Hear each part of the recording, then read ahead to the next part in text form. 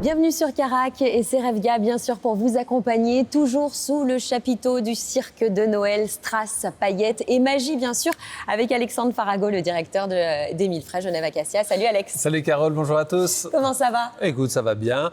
On est toujours au cirque de Noël, on est très proche de Noël également. Oui. Et puis là, aujourd'hui, on a décidé de vous parler un petit peu des nouveautés qui vont arriver chez Mille Frais Genève Acacia.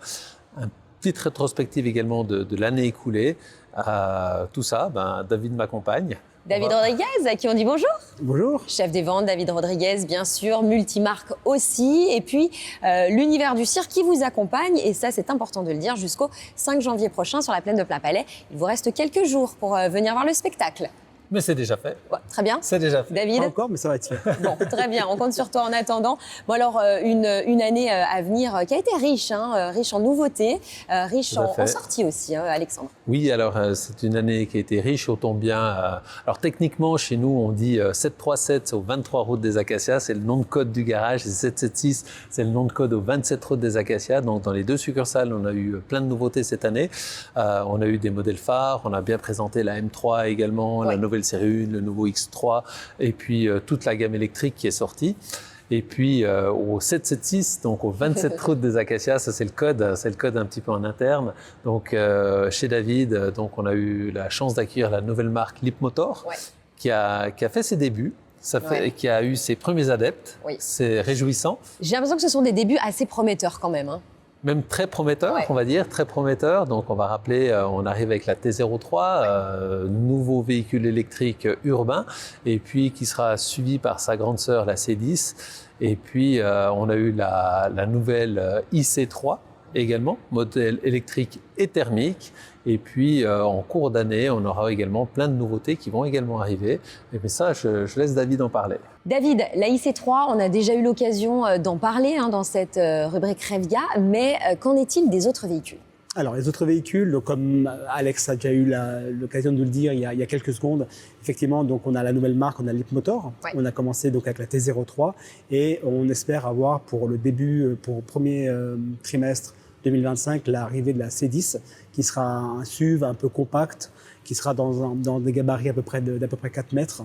Et si on a de la chance, fin 2025, on devra avoir par contre un gros SUV qui sera plus comparable à des véhicules type X3 et qui devra arriver dans la gamme. Donc pour 2025, on espère avoir une gamme Lipmotor avec 3 modèles. La T03, la C10 et un autre modèle qu'on ne connaît pas encore le nom, mais qui devra arriver chez nous. Bon, Lipmotor, c'est vraiment le futur, j'ai envie de dire, à Genève, et surtout une nouvelle marque, Alexandre, qui débarque chez nous. Alors effectivement, toute nouvelle marque. On a beaucoup d'espoir dans cette marque. C'est même plus d'espoir, c'est quasiment des certitudes parce que finalement la T03 a bien démarré. Ouais. Et puis qualitativement, elle est là. On va rappeler, c'est 3 ans de garantie, 8 ans de garantie sur tout ce qui est batterie, un superbe équipement à l'intérieur. Et puis en complément, on a aussi d'autres modèles qui vont arriver, autant bien chez Citroën que chez DS. On ne va pas les oublier non plus parce que ça c'est important.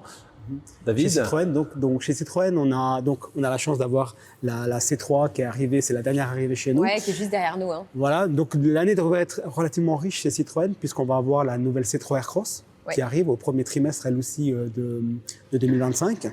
Donc on l'aura là en version full électrique ou en version thermique et hybride.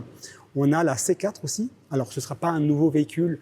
La C4, elle va être reliftée, c'est-à-dire qu'on aura une nouvelle face avant, une nouvelle face arrière et un intérieur qui va être totalement changé. Et on a aussi eu l'occasion avec Alexandre, on a été au mois de novembre chez Citroën et on a pu voir les premières images en fait de la nouvelle C5 Aircross. Donc la C5 Aircross, c'est le grand SUV chez nous. Et là, elle devrait arriver, elle devrait être toute nouvelle aussi, ce ne sera pas un facelift. Donc on part d'une page blanche, on aura un véhicule qui sera tout neuf et on a avec impatience de le recevoir normalement dernier trimestre 2025. Si on a de la chance, on aura la nouvelle C5 Aircross. Très bien, bon, on a le temps d'en reparler d'ici là. Le faceliftage, c'est aussi l'occasion, certainement aussi, de faire des affaires sur les anciens modèles.